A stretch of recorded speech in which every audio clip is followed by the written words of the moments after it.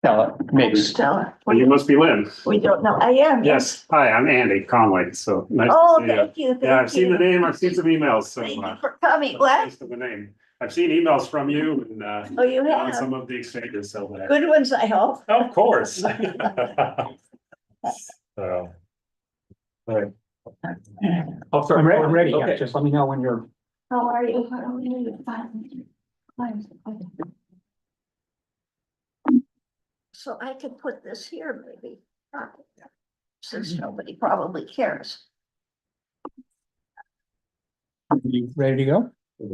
Okay, I'm going to call this meeting to order. This is the Transportation and Circulation Commission meeting for the city of Lafayette for August 19th, 2024. I'm going to begin with the roll call. And we'll start with Commissioner Brown, Present. Commissioner Hedane, Present. Commissioner Serriere, Present. Commissioner Sahar. Present. Commissioner Weatherspoon is not here, and I'm Chair Bart Carr, and I obviously am here. Item 3 on the agenda does not pertain to our meeting tonight. Can I hear a motion to adopt the agenda? I so move. Second. Okay, all in favor? Say Aye. Aye. Okay, the agenda is adopted. I've not received any speaker slips. We do not have anybody in attendance here tonight. Do we have anybody online or watching in video that, We do not. okay. Well, with that, we will move into,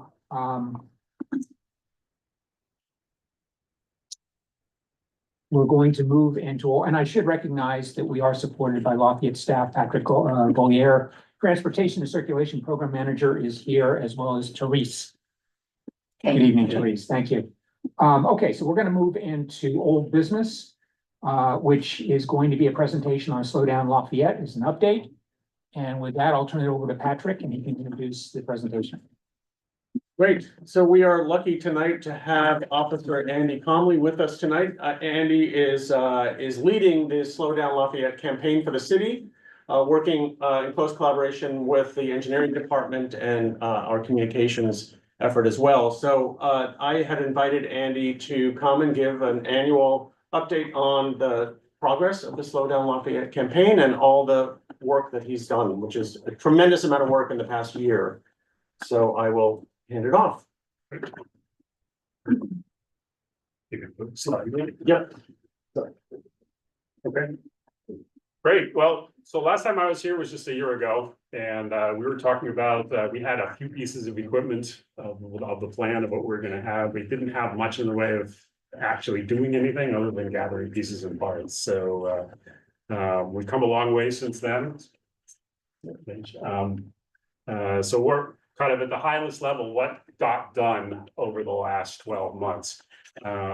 So we've acquired 8 different pieces of equipment for measuring speed or displaying speed in a variety of different ways. So we have 2 low profile boxes that we can put up. People don't particularly know there's anything there. We capture speed and volume of vehicles going by. We don't capture any personal information as they go by. We also have 2 temporary speed display signs. They're much like what's been put up on Pleasant Hill Road permanently, but they're battery powered and they're easy for us to move around town. So we're moving them around. We'll talk a little bit more about that in a bit. And we have 2 trailers as well. We have 1 big trailer, like the large display signs you've seen this summer for the construction work that's been done, but focused for Slow Down Lafayette. And we have a smaller one that just does speed display as well. So we can move those around, all of those pieces and parts around town based on where we've identified we need to focus on speeding issues.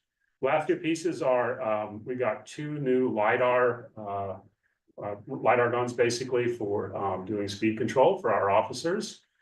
So we have 3 or 4 things that can be used now. We have our motorcycle officers, 2 officers. And we also have a couple of our patrol officers in cars that are doing speed control too. So we've gone through that. Basically, we captured a lot of data. So we captured over 1.3 million car vehicle records over the last year. We also jointly with Patrick, we went through a lot of the collision data, Switter's data that we've got. To look at where the current hotspots are and what's been actually going on in town versus what what the older data showed. And we've gone through that. Totally, ultimately, what we ended up doing was looking at 24 different locations in the city, and each location we gathered data multiple times. We moved things around, so it was about 75 or more different pieces of data or information that we gathered out of all of that. And based on that, I'll show you some of the things that we've come up with. We shared it all with Patrick, so we worked closely together on, so is there an engineering aspect of what we should be doing in terms of helping change things along the way?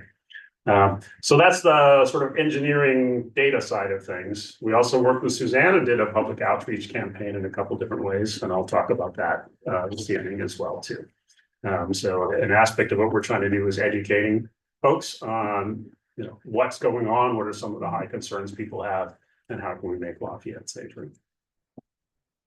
May I ask a question? Please. Would you provide us with a copy of that list? Of That one that you just showed us, so Of that what we've we done? have something to go by sure. when people say, what has been going on for the last year? Yep, absolutely. And we're racking our brains trying to think them all on the list. Yep. If you Happy to do would, that. and then I can maybe take that. mail them out with the next packet, do you think? What do you think? That's fine. I can do that. Could we do that? Yeah. Okay, Yeah, we'll thank get it. you. We can get it out to you very soon. Okay, thank you, that would be nice. Okay, good. I have a question too, Andy. Yep. The 1.3, the analysis of 1.3 vehicle records, can you go into that a little bit more? That's a lot of records. It's a lot of records. Yeah. How did, what was the process with that? Yeah, so the basic process, actually, why don't you give me a slide and a slide or two, and I'll Okay. talk a lot more in detail about that. Okay. So basically, all of the data that we've captured, we've also put on the website. I got one or two still need to process and put up online. So can't quite tell from this slide, but this is actually if you go to lovelafayette.org/slowdown, one word. That's our page where we put information about what is the program. And then down towards the bottom, it's got the lines at the lower section here are each line is a data set from a particular location and a particular week or time set. Okay, so you'll see things like Occowanis Road, Mount Diablo, 3300 block, those kinds of things on that list. And if you open it up, there's a picture of what's going on and some charts that'll help make it easier to understand. We've also, the public outreach parts that we've done are up towards the top. So those various flyers we've got, most of them we've got up there. And I'm going to talk in just a second about a deep dive we did into one particular set of data that we looked at, and that's up there too. Okay, so what do we do with the data? Good question. So one of the questions we had early on is, okay, so we're putting up signs and we're doing enforcement. Is it making any difference? So Occowanis Road was a place that we had gotten a lot of complaints. It's a huge wide road with a 25-mile-an-hour speed limit. So visually, people don't feel like they should be going 25 miles an hour. And so speeding was an issue up there. So I spent about 5 months worth of data gathering up there. We started with nothing, just looked at what was going on. So these are our low profile radar we put in. Every single car that went by, we got a record of how long it was, how fast it was going. We got tens of thousands of records from each one of those weeks. We looked at it both northbound and southbound, so since traffic was a little bit different in there, we grabbed that. And this is much more detailed than the rest that we did, but it gives you a good idea of how it works. Okay. And then from there, then we introduced some of the display signs. We said, okay, now what does it look like? And then we introduced a trailer on the other direction, which is a bigger sign, but basically a display sign. And then we added in enforcement, and we looked at all the different changes that we went along the way, and said, okay, so how is this really working? What's ending up? There are, as with a lot of this data, there's a lot of other outside influences we have no control of or complete understanding of what it is, whether the ball game, whatever is going on, back to school night, those kinds of things that do affect traffic patterns as well too. But we did a lot over a fairly long period of time, so we've got it's a good rough estimate of how things work. And so what we found was that we made a saving using signs and some level of traffic enforcement of somewhere between 18 and 26% of speeders, so that is cars going more than 5 miles an hour over the speed limit. And that was done by basically mapping all the cars' speeds into speed bins and looking what happened to the volume of those speed bins. And all of the higher ones got smaller, the ones below 5+ miles an hour got bigger. So we could see that there was a shift of speed moving down. So we spent a lot of time on this because we wanted one that's representative of what's going to happen in the rest of the city. So we don't have to go through all that detail at every single intersection. And this came across well. Again, their numbers assume are rough because every intersection or every place we are different. But it did tell us, okay, we can take 10, 15, 25% of the speeders off and move them down the scale so that we actually are making a difference. So that was the big study. A smaller thing that we would do is just gather the information and look at two different aspects. One was the speed bins of how many cars were in each 5 mile an hour increment, just profiled off across the location. And the other was the time distribution. So how did things change in the night and morning in terms of everything I did every hour? What was the average speed and the 85th percentile speeds in there? So we could get profiles of what was happening in the streets at different times. So a good example would be Pleasant Hill Road. Cars are moving very fast when it's not school time, late at night, early in the morning. As soon as it starts to be rush hour traffic and kids around, things slow way down. And so we saw some examples of numbers like that. Let's see, back on Occolani's Road. So this also, since we were concerned about speed, we actually left the display units up for months and months and months. I just took the last trailer out of there about a month or two ago. So it was in there for probably 8-10 months because we wanted to keep that area slow. And that also ended up being a big discussion between Patrick and I of, okay, what can we do? And Patrick came up with some good ideas that I think we can talk about in a minute in terms of traffic engineering that we're hopeful will make a difference. So that's it on that. Let's go on to the next one. Can I just ask a quick Yeah, question on that please. last slide? Yeah. Was there any one thing you talked about, different kinds of signage, and then obviously the active enforcement? Was there any one thing that seemed to cause a slowdown more than others, or was it a more cumulative?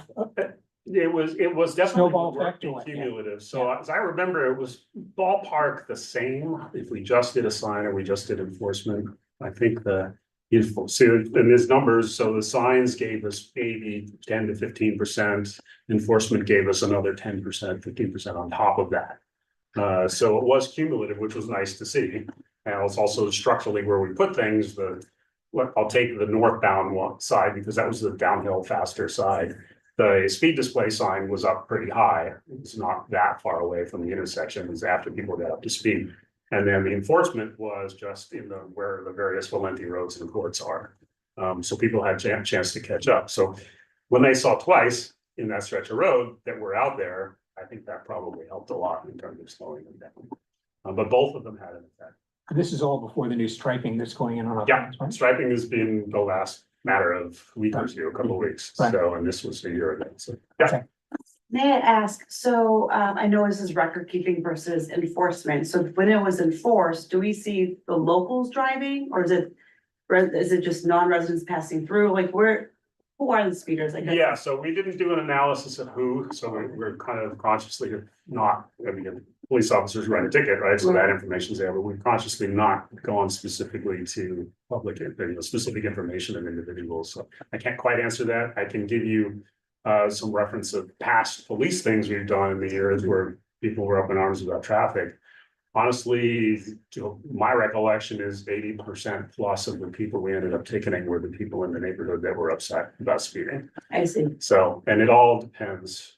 So like Pleasant Hill Road, Bailey's Valley Road, a long time ago was an issue. Anytime 680 backed up, all the cars ran down the backside, right? They have signage changes and things, and stop signs put in to change that too. But that was majority locals, unless there was a huge backup on 680. So, Over and over and over, the one complaint that I hear from everywhere I go. And it doesn't, if we get in the subject of traffic. Mhm. It's always the same. The police department is not enforcing. How do we get them to do more enforcing? Yep. Next slide. Okay. All right, so I can get up and. Looks like you were just waiting for. Yeah, you know, I've got two plants in the audience here. This is great. So thank you. So two answers. First of all, this is the number of citations per year we've given out over the, whatever it is, the last 6 years. Okay. So we did a lot well before COVID. We had some people that retired out of that, but we did an awful lot. I was one of the ones that was out there a fair amount too, which I'm not particularly doing anymore.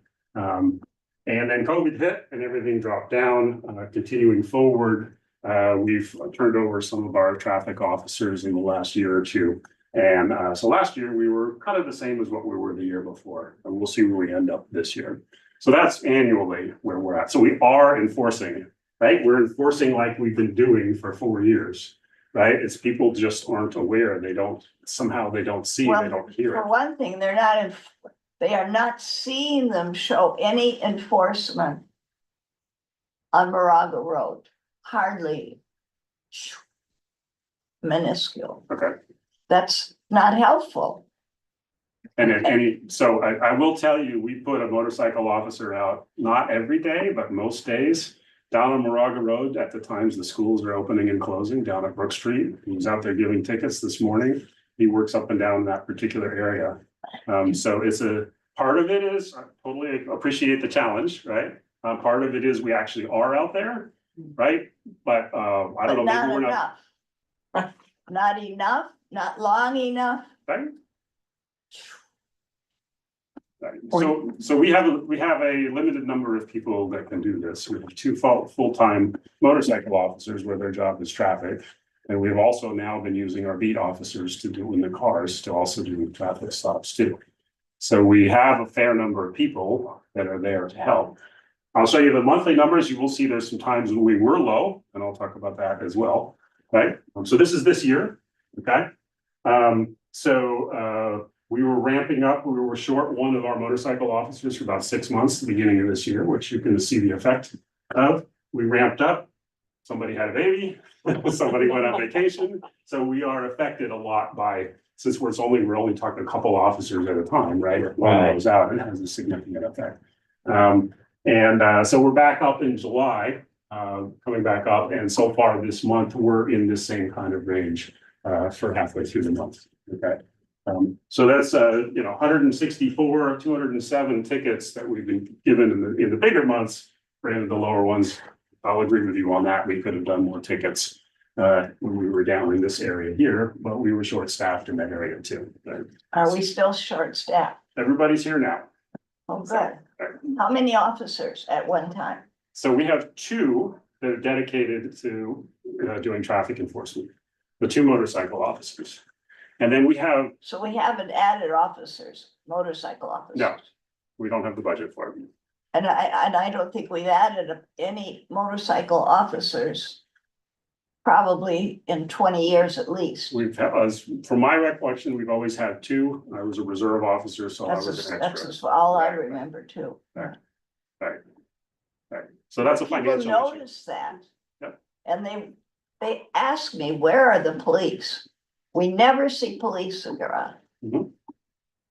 If they could somehow be more visible. So and- let me just follow up on Lynn, and then we can move on with the Yeah, okay, presentation. go The police department is aware of where the speeding issues are, whether it be Moraga Road, Acalanes, Pleasant Hill. Yep. whatever. I mean, you're Release. aware of that, and I assume that there is focus on that. I mean, you Yes. mentioned that in school hours, you have the motorcycle police, on Maraga Road. Mhm. So, which is great. So it is something you're aware of and you're focusing on, and the numbers with, given your manpower situation or personnel situation, will determine, what you're able to do, as shown by the graphs up there, so. Okay. So I will say, from our perspective, we get complaints of the same thing. We frequently, actually recently just got exactly the same complaint you're talking about now too. Somebody said, somebody's taking left turns onto Brook Street when they shouldn't be off of northbound Moraga Road. Well, it turns out that something like, 3 out of the last 6 or 8 business days, we've had a motor officer down there at least for part of the day. And 2 main tickets that give out, one is that left turn, and the other is the illegal right turn coming off Brook and going south on Moraga Road. Those are primary things that people do, right? So we give a lot of tickets out in that particular area. But unfortunately, you can't be everywhere all at once, right? When an officer goes somewhere, they go there for some amount of time, right? 20 minutes, an hour, somewhere in that kind of range typically. But then they move to other places in town because there's plenty of places where people, we need to enforce traffic. Good. Right. So, Thank you. good. All right, next. Okay, so some of these things, we looked at our data. We said, all right, what can we do with signs? And then we said, all right, what can we do with enforcement to also affect that? And then the last piece is, all right, we need a long-term solution. So we work with Patrick. Yeah, so since Officer Conley started, there's been a lot of collaboration between the engineering department and his department. And so from our point of view, what we've been doing to help contribute towards this campaign is, we lowered the speed limits around school zones and also on those 8 segments across the city, so that you should be aware of the new speed limit signs across the city. And Officer Conley and I have been kind of sharing information on that and where he and his officers should be deployed to help communicate that speed limits have been reduced. The traffic calming program was revamped last year, and this commission saw all the traffic calming projects that have since been built. Oconanis Road is one of them. Besides the speed humps that we built, 10 speed humps, Oconanis Road we did restripe differently, and so if you haven't seen it recently, it looks and feels very differently. I actually got a phone call on Friday from the project advocate who lives on that street, who said what a tremendous difference the restriping makes. Which stripe was it? Which street again? Oconanis Road. Glen. So hopefully that will help to contribute towards lower speeds. It feels much, much tighter than it was before.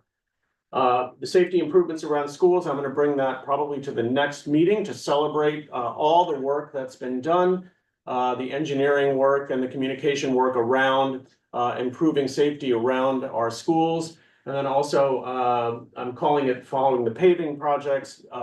When Matt, at the beginning of the year, says these are the roads that will be resurfaced, we collectively brainstorm about ways to make improvements once the road is resurfaced. So Oconanis Road is one of those streets that was just recently resurfaced. One thing I'll add to that too, I know Patrick gets complaints, like you said, everybody else hears too, right, about areas. He keeps a list of all of those, so we can see where the hotspots are. When we see anything that comes up that we think, well, we should really work together on this, then we give him part of that list.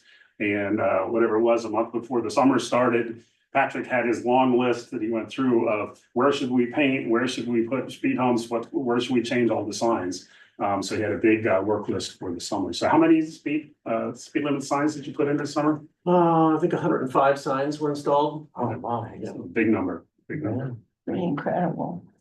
So, good, thanks. So that was all the mechanical, engineering side of what we've done with Slow Down Lafayette, gathering the data, using it to guide us where hotspots are now, and we should focus on in terms of speed display and enforcement, and then ultimately also changes to traffic. If people could see you giving tickets, if they could actually see you giving tickets, Mhm. it makes a big impact So on their I'll mind. tell you what we do, and it's the same thing we've been doing for the 10 years that I've been here. When it's time to give a ticket, an officer sits in a particular place where they can be seen and where they can see the traffic. And where it's safe, pull in behind them. And then there's also a safe place you can pull off the road to give the ticket, right? And sometimes that's in a parking lot, sometimes it's off the side street, something like that. We're not gonna stop somebody in the middle of a road that's gonna cause a big traffic jam, right? Just because it's unsafe for everyone. And we're doing it the same, we've done it for 10 years. So I don't know if it's us publicly presenting it issue that's there. Yes, we were low on the numbers for a little bit, but we're back up, right? COVID has changed everything in terms of the people's perspectives, the traffic flow, everything. I don't know if that's an aspect too. It's not that different from what we've always been doing, right? And I know I've also talked to a couple of folks, they want me here, they want me there, everywhere. And I said, well, we are there, but not all day. We can't be everywhere all at once. So that's part of the challenge, right? We've got 2 people, maybe 3, that we can put out across the entire town. And we do move them around, so we cover all of the areas in a day that are the hotspots, but we can't sit in one of them the whole time. Are you allowed to have reserves? Because you were for many years allowed to have reserves and you made good use of them. Mhm. But they weren't regular officers, Right. they were reserved.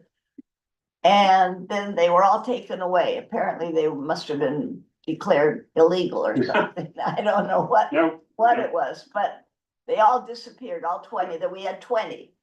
And we used to give dinners for them every now and then. that was a while ago, Right, I- 20. It was, Since but- I've been- nevertheless, it was numbers. Yep. And not that I can solve all these problems, but if you can bring along with you in a group Yep. of officers, I can answer that for you. yeah, I'd like to know that too. Okay. Do you know Rudy Dager? Do you know who he is? No, I don't. No, Why don't I answer your question? yeah, well, this was pertaining to that, but anyway, go ahead. Okay, so I am a reserve officer. I'm not a full-time officer. Uh-huh. Okay, and I've been here for 8-10 years. I was a motorcycle officer, Oh, which I can yeah. still do, but I'm not up to speed the way everybody else is on doing it. So I'm doing this instead, right? Oh, wonderful. So I was here doing a lot of tickets. We had 2 other people in the last 10 years that also came as motorcycle officers. Occasionally, they worked the rest of the county. If you look at the reserve officer pool in the state of California, it's about a quarter of what it was 10 years ago. Oh, isn't so- that interesting? Okay, so here's my sales pitch to you to become a reserve, okay? So I want you to spend thousands of dollars on your own money, go to an academy, then go through a 6-month background check that about 10% of the people pass. And then I want you to work for free, okay? So that's the hard part, and that's why Oh, great. reserves, right? And then defund the police and the concerns about police overall too did not help with that. So it is difficult to recruit reserves. So our reserve pool from the sheriff's office, and we're all sheriff's employees, is much smaller than it was 10-15 years ago, significantly smaller because of all of those effects. So a lot of the people that you may remember from before have all aged out and retired out of the reserve pool.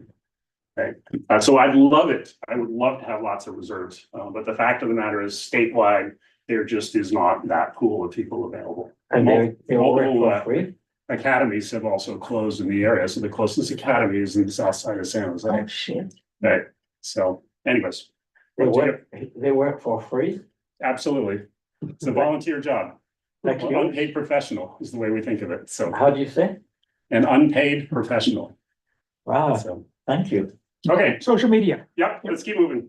All right, so that was all the technical stuff. We're also doing the public education side of things. So social media was a big piece of this. We did a couple different campaigns. You'll see on the next slide that we tied this into other paths too. We did some things about crosswalks. We had a lot of kids who were not necessarily using crosswalks. We did part of a series on e-bikes on the social media part, and we addressed that also in a separate way. School buses, every year, that's always a complaint, people going around school buses when they shouldn't. We did some enforcement around that, and we did public education about that too. And then last but not least, you were asking about people don't see police officers giving out tickets. We started also putting pictures of the radar guns when they pulled people over on social media, so people could see we are out there. right? So when we give a ticket, we're out there for 5, maybe 10 minutes, right? And then we're not as visible. So, so this is what social media was all about. Social media is a mixed bag, right? You're seeing everybody, not necessarily a particular target audience. And there's a lot of back and forth that happens on social media that isn't always positive, okay? So we backed off a little bit on it because we were targeting people that were new to the world, particularly with e-bikes, parents whose kids are starting to go ride e-bikes. And people had a lot to say about what we were saying. So we actually stopped our campaign on social media because it was not a friendly environment. And what we did is we switched. You can go to the next slide. We moved this to actually working with target audiences instead. So in particular, thank you to the PTA organizations that are in town. We work directly through the Lafayette School District PTA organizations. And they put out flyers directly by email to all of the parents that were associated with the PTA. And that worked great because that is our target audience. So we're going to continue doing the same thing, supporting them going forward and try to expand that approach this year of using target audiences that are actually the people we want to address and talk to. So that ended up being flyers on particular different topics, safety tip ideas in these flyers. Also, you probably saw the Slow Down Lafayette signs. Suzanne was very heavily involved in that. Those are the lawn signs everybody put out. The PTA was wonderful. We gave them a big pile of signs and they rotated them around to the Happy Valley parents, the Spring Hill parents, the Burton Valley parents, because we're legally, you can put a sign out for 45 days, but you're not supposed to have it in your yard after that. So we won't monitor the 45 days. They picked them all up and turned them over to the next school district. So over the year, they migrated these signs all through town. And then we collected the signs at the end of the school year. So we're regrouping on what we're going to do about signs this fall. But this kind of approach worked really well. So we're going to try to expand these kinds of things going forward. Are you allowed, can I ask a question? Are you allowed to give any instructions to the schools or is it hands-off? And the reason I ask is because when one little boy was killed, the superintendent, or not the superintendent, the principal at the school cautioned the parents. And what she said was, if you want to do something to promote safety, stop your kids from jumping off the roof. They've been jumping off the roof for fun. Yep, so those slides that you just saw, those are our example of training, giving people information on what's good and what's bad. But can you lecture or have any input there? It depends on the school district. I mean, here. Yeah, I'm so thinking this is the path that we've gone down, okay? Okay. And we do work closely with the principal at Stanley, for example. So we do work with them and we'd be happy to support them on what we need to do. Okay. Excuse me. All right, so how did we do? Is the final question on this, right? And so these, excuse me, these two bars, the blue bars, the left bars are last year. And so what it was in the 12 months leading up to July 2023. And then the tan or orange bars are the 12 months leading up to this past July. How many collisions did we have in town? Okay. And so we looked at, spreads from anywhere from property damage all the way up to fatalities, right? Unfortunately, no fatalities in the last 2 years, so it's all the few that are there. The grand total, we had 125 collision reports a year ago. This past year, we finished at 106, okay? And so a lot of those fell out. Property damage was down. Any classifications, all injury classifications we've got, overall, they reduced as well too. So that's all a good sign. The severe injuries, technically, they went up. We went from 2 to 3 in a year, but the number is so small, obviously we make one additional plus or minus accident or a collision in that bucket, and it makes a big difference from a percentage wise. So it looks pretty good. Hang on one sec. It looks pretty good. There's a lot of effects out there that's more than just us, right? We love to take all the credit, but obviously we don't take it. We don't get it. Traffic volumes, weather, was it really rainy one year or not the other? Different events going on. We're still coming out of what COVID did to our driving habits.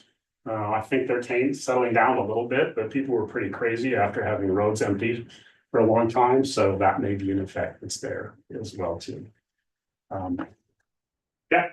How do you define a collision? Collision is a car hitting something. Okay, but if they can happen without you knowing, I mean, the police. Yes, so where did this data come from? So there is a standardized CHP structure or probably national structure of ways that we report, all police report, and it rolls all the way up so they can do industry-wide looks. And it's called a Switter's report. I don't remember exactly what it is, but it's a structured form. This is the data of how many of those forms did we fill out. So the little teeny weeny things that people don't report or people are exchanging information and going on their way, those are not included in here. Okay. These are the bigger ones. You know, they took down a major, stoplight or sign. So we have a property damage of reasonably significant size. We'll report that. Okay, so they're the bigger ones, not the teeny weeny ones. So yeah, so that's it. It looks pretty good. We'll see. We'll do it for another year. We'll see whether we continue along that path. It'd be wonderful if we can. So where are we now? We've got all these new speed limit signs that have come through town. And so our support is basically following where all of Patrick's speed limit changes went through. And so right now, if you go up Happy Valley Road, we've got two different signs. These are the two trailer signs we've got. One is, this is just southbound, just below Happy Valley School by a couple blocks. It displays the speed, and it displays your speed, or the speed limit and your speed. This is northbound, I think this is Rose right here. So you're a little ways up there, but it's just before you get into the more faster straightaway section. Well, this is an alternating sign that goes between the speed limit is 25 miles an hour and your speed is. It goes back and forth. And if you're speeding too much, it just says the speed limit is 25 miles an hour. Okay. So those have been out there since about a week ago. We put those out. Similarly, and this was a big area where people had a lot of concerns in that area. The other two areas that were hot spots too, one was Deer Hill Road, particularly coming in towards Brown by the Montessori School and the crosswalk, that area. So this is westbound, just at Elizabeth. We put up the speed display sign there, right with the speed limit. And we'll be moving things around in that area as well. The other one is Mount Diablo. The whole eastern end of Mount Diablo is dropped down to 30 miles an hour now. Okay. So westbound in that section, this is just past the Shell station. We've got a speed display sign there too. So again, we're trying to make awareness. We're trying to let people correct themselves, make sure they're uncomfortable and understand what the speed limit is. And that's what we're doing today. And go ahead. And so where are we going over the next year? So the next step that we're going to continue on with is there was a speed limits flyer that actually just went out that Suzanne put together that was given out to people about all these new speed limit changes. We're going to continue on for a while, probably the next couple months, following where all these speed changes were. Okay, there's a couple big roads that affect a lot of people that have a lot of drivers on. So we'll be moving those signs around to help with that. And then we'll go back afterwards and we'll remeasure. Okay, what's the speed profiles on a couple of these key roads as well? So we'll see what the signs did. Okay, and then we'll continue on like we did, looking for hotspots where we should put up signs or address things, and then ultimately by the time the summer rolls around, we have other things that Patrick's group should be working on as well. And we'll do these more targeted social media or public education campaigns too. And that's it. Oh, thank you. Thank you. Thank you very much. Yeah. Any further questions, comments from the commission? Okay. Yeah, I saw, and I haven't gone on the website yet, but I saw, you said you posted sort of the results or I don't know if it's full data sets or exactly what it is there.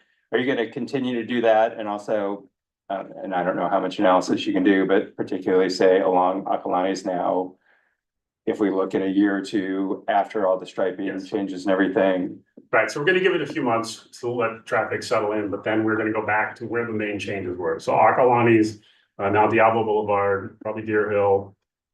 Southern Pleasant Hill Road, maybe yes, maybe no, it was already pretty slow in the first place.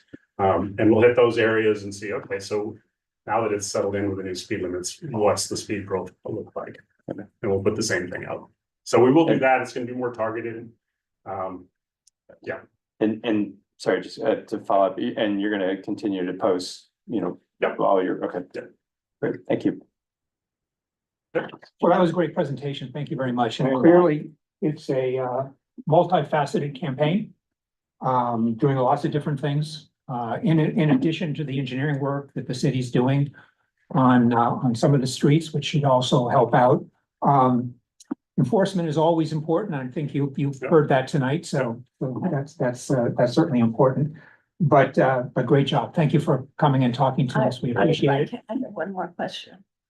Go for it. How is, in your opinion, how is the South Pleasant Hill Road area where it starts to mold into the roundabout and then the bicycles are filtered or whatever they're doing?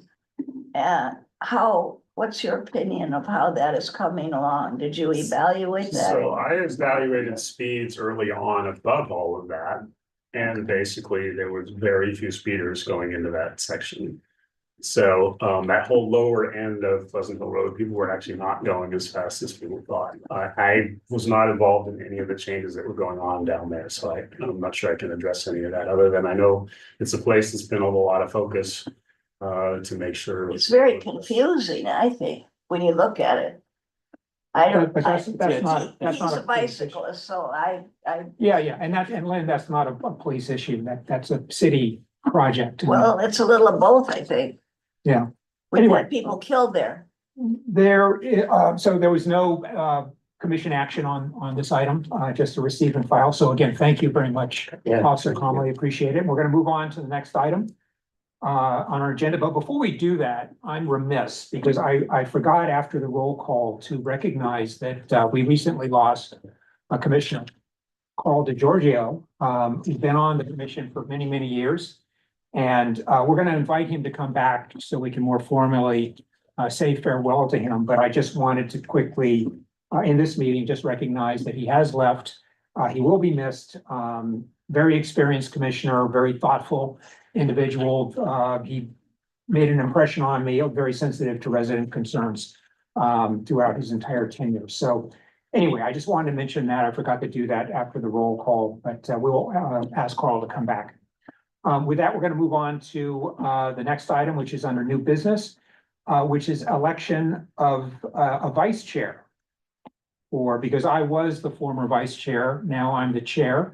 Carl took the vice chair duties. Carl has left us, so we need a new vice chair. So let me just throw that out to the commission and see if anybody is interested in taking that responsibility.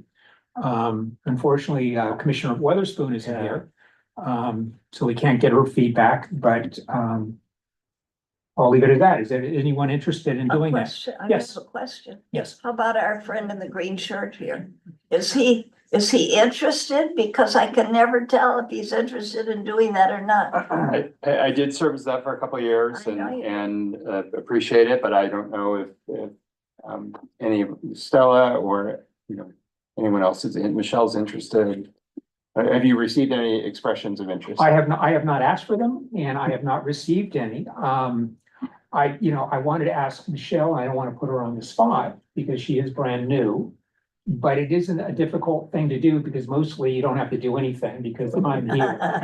And even if you do have to lead a meeting, it's pretty straightforward. You just follow the agenda and just try to manage things as much as you can. So it's not a terribly difficult thing to do. So- Stella, if you remember, is the chair of the General Plan Advisory Committee. Right, and Stella is. She's got more than enough to do. I would Yeah, think. no, she's got plenty to do. I know she volunteers in a number of areas. So, anyway. Do I have any volunteers? You think I could do it? I think you could Is do it. Greg volunteering? I would love to hear about our newest commissioner, whether she has any interest in doing it. Thank you, Greg. I think at this time, I'd like to be able to be participate as a commissioner. Did Lauren, and, Yes. okay, well, I respect that. Thank I you. understand that. Yes. I did, what did she say? She just wants to, learn She's the a ropes little as a new. commissioner before she A takes little on more more time. responsibility. Yes, Right. yeah, I understand that. Well, we should wait until Stella comes back, We could do that too. if it's okay with you. We could do that too. Why don't we do that? Let's think about it and, we'll wait for Stella to come back and we'll revisit this at our next meeting. Okay? So we'll move on to new business, item 7B, transportation action request update from Patrick. So Patrick, you wanna? Yeah, so you all have my staff report in your packet, and I'll just go through each of the 5 PARs, the Transportation Action Request Forms that were submitted in the second quarter of 2024, so that's April through June. We received 5, and I'll go through them in the order in which I received them. The first PAR was for Sunset Loop. So that is a street near the Mayor School. It's just off of Leland, connects to Meek Street. And the request or the issue that the resident alleged was a number of issues. So high speeds of traffic, delivery drivers using their neighborhood streets as cut-through routes, pedestrian safety due to general lack of sidewalks, overgrown vegetation, and narrow streets. And the request was to install traffic calming, though the location wasn't specified, just install traffic calming neighborhood wide. Focus on the south side of the Mayor School was a request with the implementation of some of the short and midterm projects in the rapid implementation school safety plans, and then installation of a stop sign at the Sunset Loop Meek Place intersection. So my response back to the resident was that many, if not most of these requests have already been implemented. So we are done with the implementation of the projects that were identified in the rapid implementation study, with the exception of the evaluation of the all-way stop at Sunset Loop and Meek Place. But I wanted to wait until school started to do that evaluation. We did install a speed hump on Leland. We refreshed all the striping on Leland and Condit at the approach of the school, including the school crosswalks, the stop bars, and separately, 3 speed humps were installed on Condit as part of the traffic calming program. I did mention that the city does help to cut back vegetation. So if there were specific locations where she had concerns, either the city would cut that back to help improve visibility of pedestrians if the vegetation's on public property, or we would reach out to the homeowner. And I didn't hear back from her on that. Any questions about? No. That one? Commission have any questions for Patrick? Okay, All I can tell you, I lived in that area for 7 years, long time ago. But they drive like bats out of hell through there. And if there's any way that you can slow them down or put in more speed humps or whatever, I would sure do it because it's a terror. Well, Leland and Condit are well speed humped, and if there's a request for speed humps on Sunset Loop, then the resident should submit an application for that. Can you put in more stops? Not for traffic calming, no. No, Stop signs are meant to indicate right of way. too bad, too bad.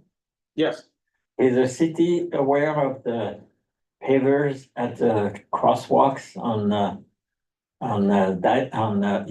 Diablo and Moraga Road and Mount Diablo Thank you, Boulevard. and there are a lot of them that are very loose.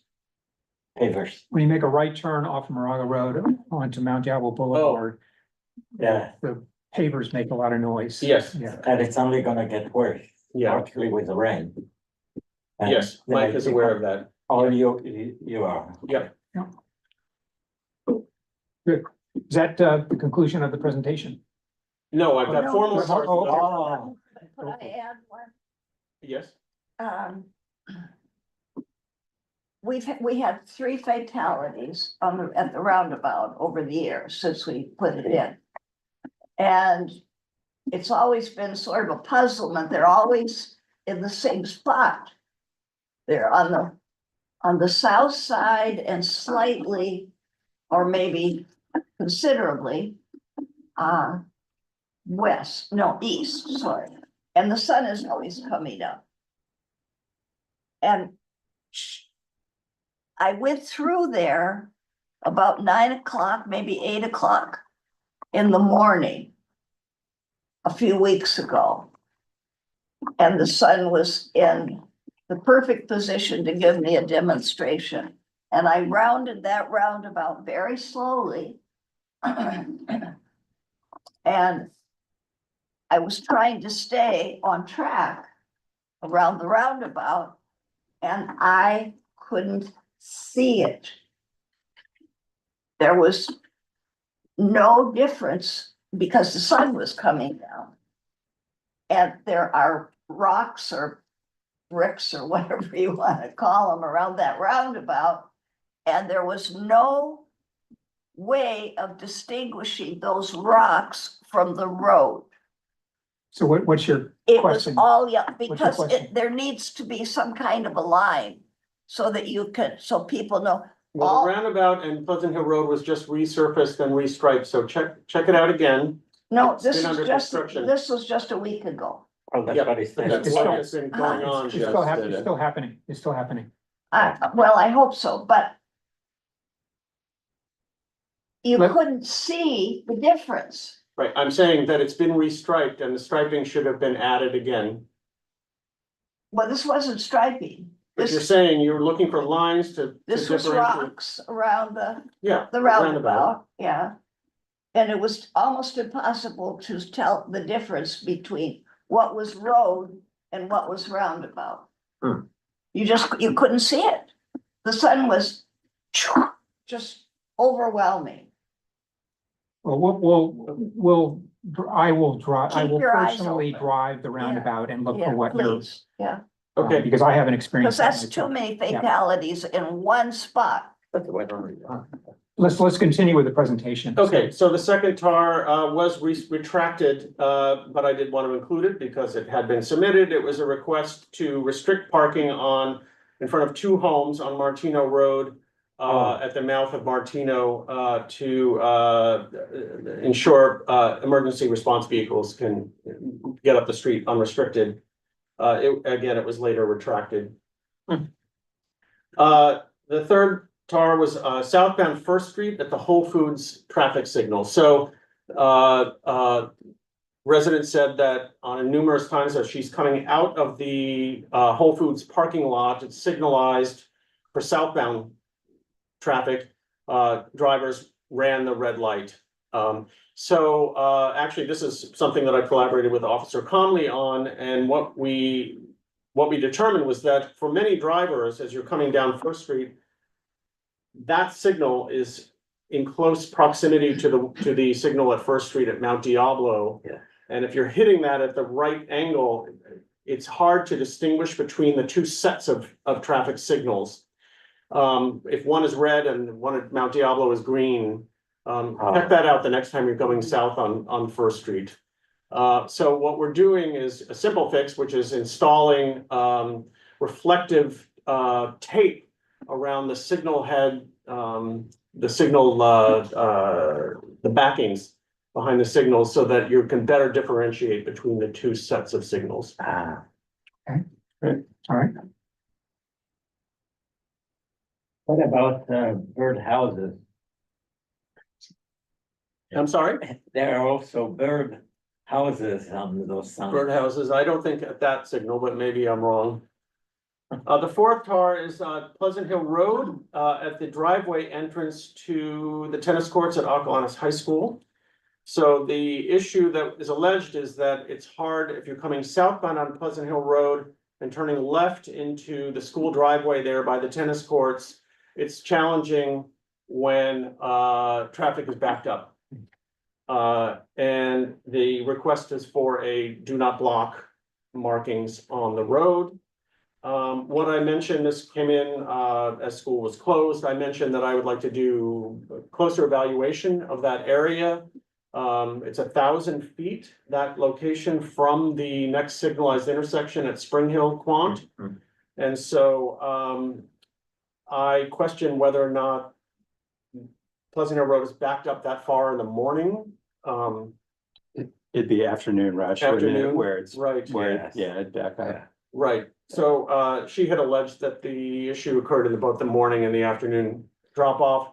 We're concerned that because that is such a high-speed road, it gives some drivers a false sense of security that drivers in both lanes will stop. So we do have some concerns about installing that. So I'm gonna take a closer evaluation now that school's reopened. Is it the sort of thing, I guess, that would maybe take the stoplight and it's too expensive? Oh, stoplights are close to $1 million, but I don't. I know, yeah. but it seems to me that that's probably, Well, then the you're only adding a thing whole lot of that's like to stop congestion on traffic. Pleasant Hill Road, so I'm not sure if how much of an issue this is, and maybe Greg and Stella can talk offline with you two, since you live in that area. To get your own impressions, but I'd like to get out there and just take a look and see what the demand is for that turn. Yeah. And then the last tar is on Oak Hill Road between Mount Diablo and Deer Hill Road. So it's 4 lanes there. You've got the off ramp from 24.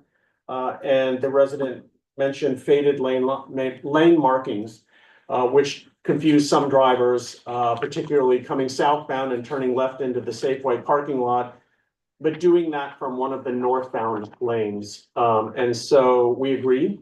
And so we would like to restripe that segment of road. Our first cost estimate came in at about $50,000 to do that. So we're looking for other cost estimates. Oh, Well, it takes mobilization. I mean, they need to, come out and mobilize and then do traffic control. And it's time consuming on a street that busy. Yes. And challenging, but yeah, we were a little surprised by that cost estimate. Would So, you add a lane? not adding lane, no, just the markings. Oh, is there a signal there yet? I can't remember. Is there what? Is there a signal there yet? no, At the bottom of the hill, Well, No, not the around. roundabout. There's a signal on Mount Diablo, but on Deer Hill, there's not a No. signal there yet, is No. there? No, And people cross there all the time. We've had so many people hit there. I just want you to know that. You haven't worked here that long, but just so you know, we've had a lot of people hit at that location. And when they're hit, they're usually hit hard and they usually spent months in the hospital. okay, If you could, we've had the city council member and his wife over here because they know that neighborhood so well, they live up there. And they practically came begging. And what we can do, I have no idea, because it's very expensive, as you know, to pay for a signal, mhm, but that's, it's a nightmare. well, right now we're gonna repaint and hopefully we'll get a better bid than what you received up to this point. Right now, or what? We're going to repaint. Yes, I know. Okay, so we're moving on to item number 8, which is commissioner and staff updates. We'll start out with an update on the Transportation and Circulation Commission 2024 work plan. great. I'm gonna try to. Okay.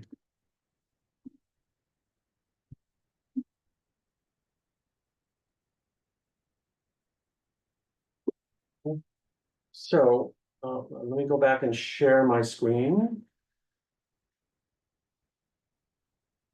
Do we have a copy of this, or Um, would you give us one? yes, I will give you one. So, you've seen the correct thing. Okay. So what I've done is, this is the work plan that was discussed at this part of this commission at the beginning of the year, and I thought I would do a mid-year kind of progress report on where we are.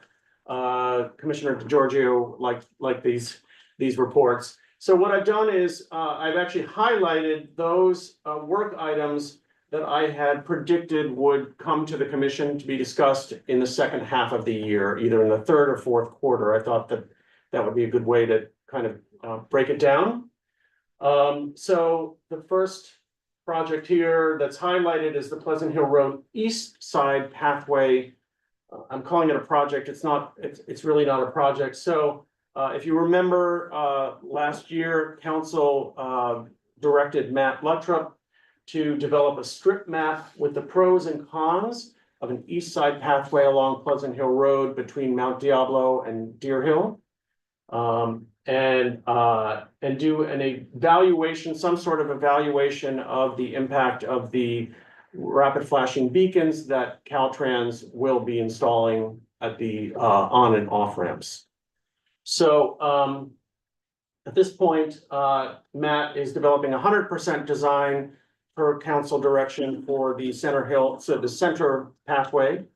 We'll put that aside. We'll start working on this strip map, the pros and cons analysis. We'll come back here and also hold another public meeting to discuss those. So this east side pathway, I'll call it a concept. Mhm. Maybe that's a Mhm. good way to put it. That's potentially an alternative to the median Mhm. pathway. Just, Right, Yeah. right. Many residents said, well, we'd rather see what we can do on the east side. And so Matt's gonna do kind of a technical what could be done on the east side. And addressing, people's concerns about what they want and buffers between moving vehicles. And if you are walking on that pathway on the east side. but planning is in going ahead with, some way. the center medium pathway, and we're gonna see the 75% plan, what do they call it, the 75%? No, Matt's moving towards 100% at this point. He Oh, held yes. a public meeting a month or so ago, another public meeting. Received comments on the, I'm gonna say 85% design. And he'll just put it on a shelf. And start working on the concept for the east side. And we'll come back here and talk about both. Okay, all right. What was the result of the meeting that they had with that center of the line design? I personally think it's the most silliest idea that I've ever heard of in my life. He was just responding to questions about the design and where it was headed. And so he took those comments in, and is now kind of finalizing that design per council direction. Okay. Let's move on. Okay, so the next one is the Connecting Lafayette Downtown Pathways and School Safety Project. So that's the School Street, Topper Lane, St. Mary's project that had come here in June. It went to City Council in July. We received input from council on that, which is going to require some additional changes to the design on Topper Lane. School Street and the small portion of St. Mary's was approved. And so we're working on that now. Okay. The next one is a pedestrian pathway near Spring Hill School. So last year we got $100,000 to design and construct a sidewalk on the west side of Pleasant Hill Road between Spring Hill and the staging area, the parking lot. So now that Matt is coming off all the summer resurfacing projects, he will be focusing now on the design for that project. So hopefully we'll bring that to this commission in the fourth quarter. I will add to that, with the new raised ramp is great. That's all working out well. With school being back in session, those informal parking spaces along Pleasant Hill, it seems to be even a little tighter, and it's a little more crazy with people coming in and out. What's tighter? You mentioned. Well, I mean, with, in terms of, getting around and then having the folks back out of those spaces, Okay. particularly at morning and afternoon drop. And Yeah. so I've already heard complaints about those parking spaces again. Okay. And I believe as part of that path, those are going to, Those city will go council away. talks about those being removed. Yes. Yeah. Right. I've already talked to school about that as well. Yeah. How far down that, is the pathway going? To the parking lot. Just the parking lot. The Briones staging area. Oh, it's not very much. Oh, okay. Oh, yeah, okay. The next project is the Smart Signals Project. So this is a CCTA-led initiative. They've gotten a number of different grants to upgrade signals across the county, including 30 in Lafayette, which is great. So they'll be upgraded to have Intelligent Transportation System, ITS, as part of it. So I've invited, well, actually, I will be bringing in someone from CCTA or the consultant team to give some information to this group about that project. Once the contracts are all signed and the project is officially a go. Good, thank you. Moving down to ongoing programs, school safety near-term implementation. We talked about this a few minutes ago.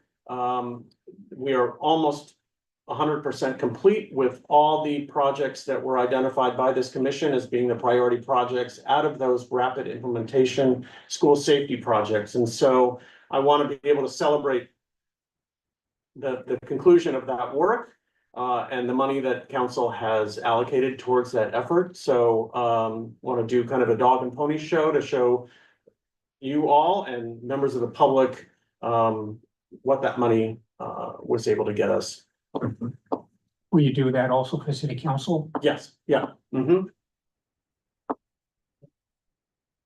on, okay, so anticipated new tasks and initiatives. The first one is the Moraga Road planning exercise.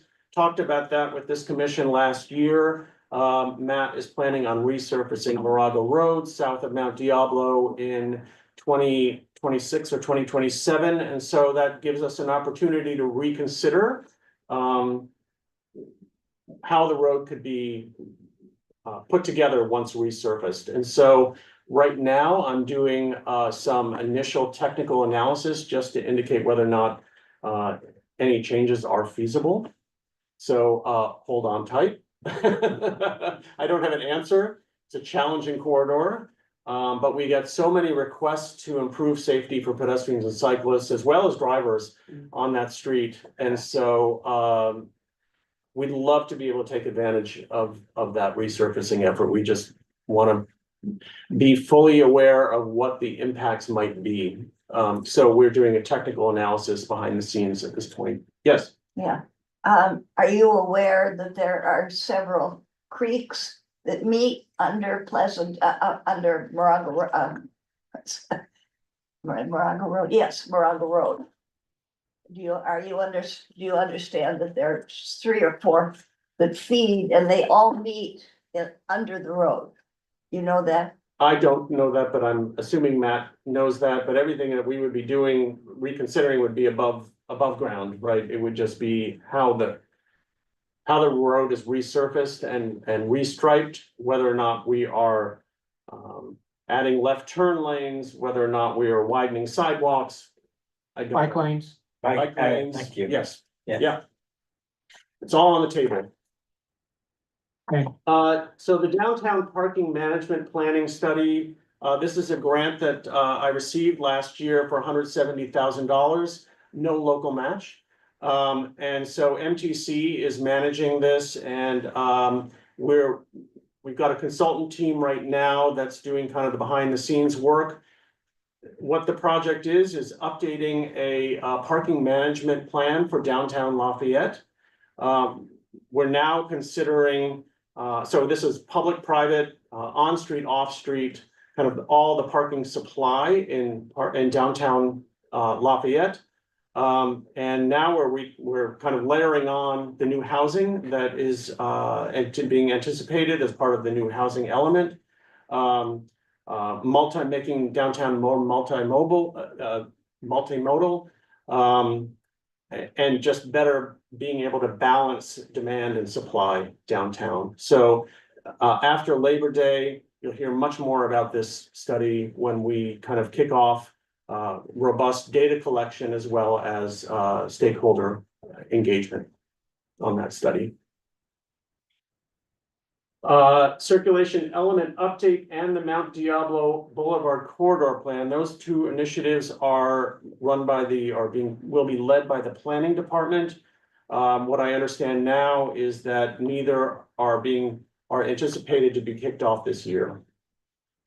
So the circulation element is a general plan update. Right now, they're still finalizing the housing element. It's too bad Commissioner Witherspoon isn't here because she probably has more information about this than I do, given her role on GPAC, but they're kind of trying to finalize the housing element, then they need to move on to the land use update and then circulation update.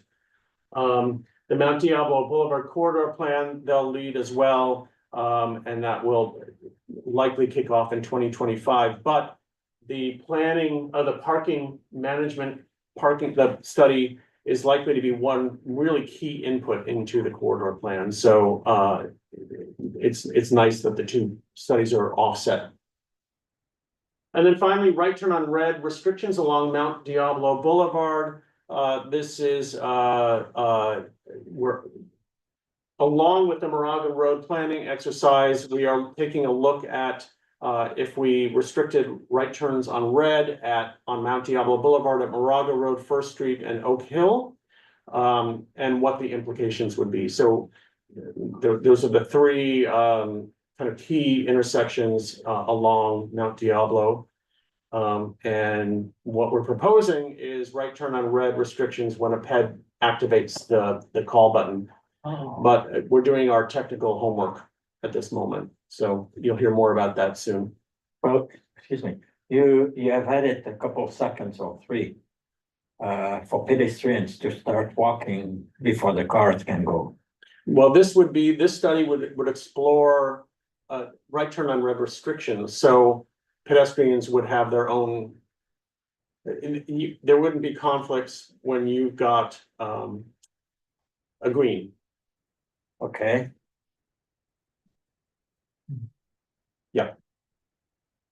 Then the last two studies, desired initiatives. The first is the East Bay Mud Aqueduct Pathway Project. I've talked about that quite a bit. I'm searching for grant funding.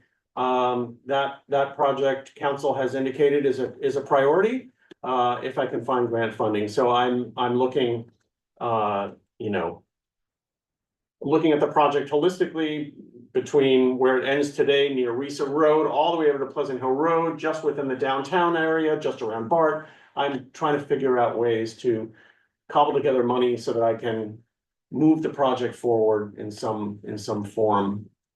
Well, if you attempted to get funding to construct the pathway from Oak Hill Road all the way down to Pleasant Hill Road, that's a long distance, and that's going to be quite expensive. So I assume if you were to address segments, it may be easier for you to get money. Is that? Well, there are some really large federal grants that in which the entire corridor would be feasible. What I'd love to have are designs. So so that we're ready to go, like we're shovel ready. And so it's just a matter of finding the right opportunity, the right grant program that might fund The design work. or, designing construction of one block, or, Right. scale it up and scale it down depending on the grant opportunity. So, yeah. Okay. Then the final one is Olympic Boulevard corridor study, and this may need to come off. CCTA last year had indicated they were interested in leading this multi-jurisdictional effort along Olympic between Lafayette, the county, and Walnut Creek to be able to provide a really great bike ped connection between the Lafayette Moraga Trail and the Iron Horse Trail. But that has stalled. oh no. But in the meantime, we've lowered the speed limit on Olympic. It's now 35. And All the way to Walnut Creek. then, but we only have 500 feet east of the roundabout, so. Yeah. Yes, St. Patrick, can you let us know or inform us, so how many grants or how much total of the grants have we applied for this year and how Yeah. much have we received? Would you tell me what she said? she asked how many grants I've applied for, and the dollar value of what's been received. Oh, I see, okay. So, in 2024, the only grant that I've received is a $50,000, it's called TDA Transportation. It's an annual program, sorry, I'm blanking on what it stands for.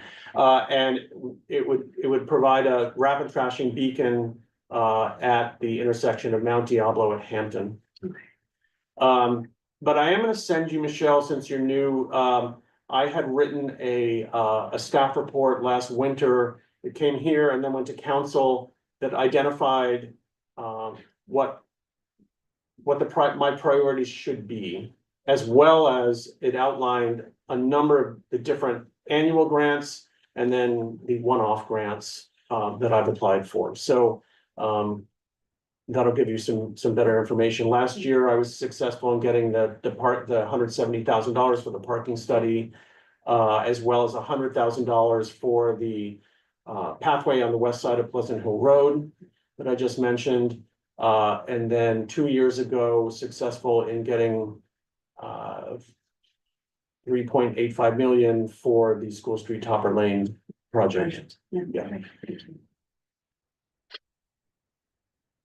Congratulations. Yeah, thank you.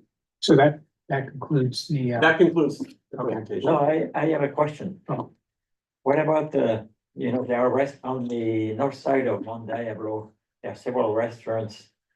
And there are tables all the way down to the park, onto the sidewalk.